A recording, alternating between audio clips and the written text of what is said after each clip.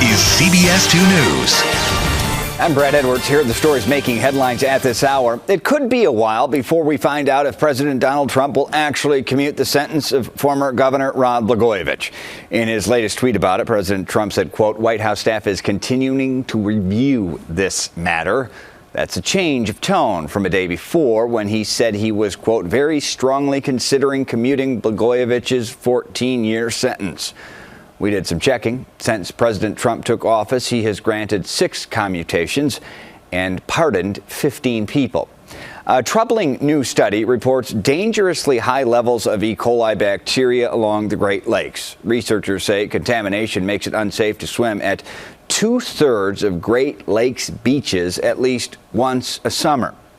In Illinois, all 19 of its beaches tested were potentially unsafe for at least one day. In Indiana, it was 22 out of 23. There are several ways bacteria can get into lake water. Runoff during heavy rains and overflows from sewage treatment plants are 2 of the most common. It is the nation's largest and longest running African-American parade, and it's taken off Saturday right here in Chicago. Of course, we're talking about Bud Billiken, the Bud Billiken Parade. Here is a look at last year's festivities. This year's event celebrates 90 years of excellence on the streets of Bronzeville. Musicians, politicians, media moguls, and many more will join the masses. Saturday's parade begins at 10 a.m. at Oakwood Boulevard and King Drive.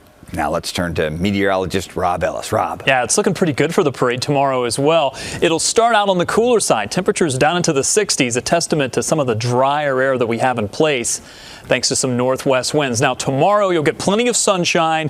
You'll get a couple of clouds during the afternoon. You get a high temperature of 80 degrees, and that comes with lower humidity. It is going to start to creep up a little bit as we go through the day, and by the time we get into Sunday, we'll bring that humidity back up. That could lead to a few isolated showers. We're going to carry that over into Monday and maybe the early part of Tuesday as well.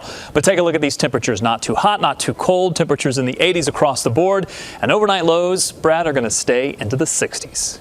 All right, Robb, thank you. For the latest headlines day or night, head to CBSChicago.com. I'm Brad Edwards. Have a great day.